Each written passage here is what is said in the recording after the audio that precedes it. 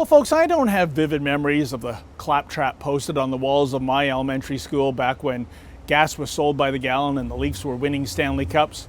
I do remember some kid in grade 5 did a life-size rendering of Fred Flintstone, and we all secretly wished we could draw that well. And, well, that's about all I remember from those wall postings back in my days at Danesbury Elementary. In any event, I recently found myself wandering the hallways of an elementary school in Richmond Hill the other day and stopping to read the environmental propaganda that was plastered from pillar to post on the walls. I was soon wondering if the principal of the school was Al Gore or maybe David Suzuki. The environmentally themed posters packed with whiz-bang eco-tips were everywhere. And if you think commie classic countries like North Korea and Cuba are adroit at programming the citizens, well, just step foot into an elementary school today when it comes to the holy church of the environment, folks.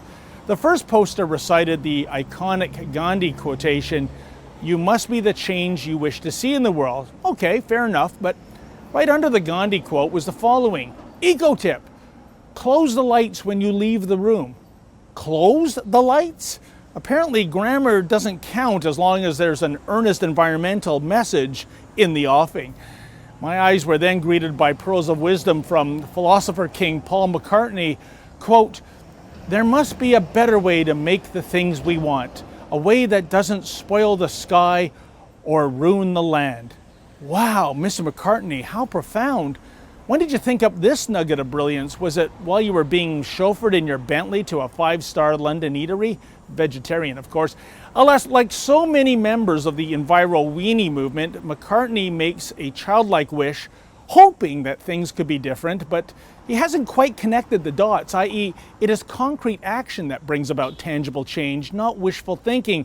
Alas, Sir Paul gets a free pass because, hey, he's Sir Paul, and they said Ringo was the vacuous beetle. Eco tip number 2, make toys out of waste. For example, make milk cartons into toys. Isn't that special? Well, isn't that special?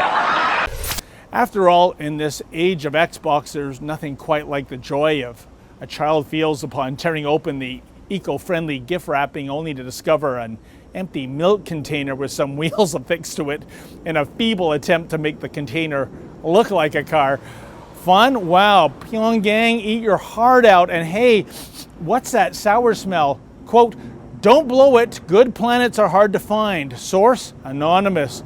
Gee, could it be that one reason why good planets are hard to find is that the Obama administration, praise be upon it, has gutted NASA as if the once proud space agency was a catfish? Then again, the lack of final frontier exploration probably gets a hearty round of applause from David Suzuki and his ilk. After all, do you have any idea how big a carbon footprint is for a Saturn V rocket? But the piece de la resistance of nonsensical Jack Handy-like environmentalism was this poster. Have you thanked a green plant today? How exactly does one thank a green plant? Are you supposed to get down on one knee and speak to a blade of grass as you do with a small, shy child? Or is one supposedly to thank each sprout in the house salad before consumption? Look, if the Menzoid had been spotted talking to vegetation back in his elementary school days, such an act would have earned him an express ticket to the loony bin, but these days, Enviro Eric talking to a plant is apparently looked upon as someone getting in touch with his inner celery, and it's to be celebrated. As my school tour continued, I couldn't take it anymore. Soon I found myself running through the hallways of Enviro-Elementary, making a beeline for the exit. I had to get out of this biosphere of the bizarre before a teacher forced me to view an inconvenient truth, Clockwork Orange style.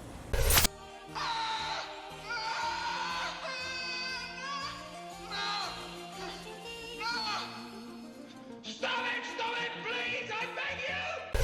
Thankfully, unlike Alex, I did escape Enviro-Elementary unscathed, but in truth, later on I did feel a sense of remorse. You see, before exiting the classroom, I forgot to close the light. For the Rebel.Media, I'm David the Menzoid Menzies.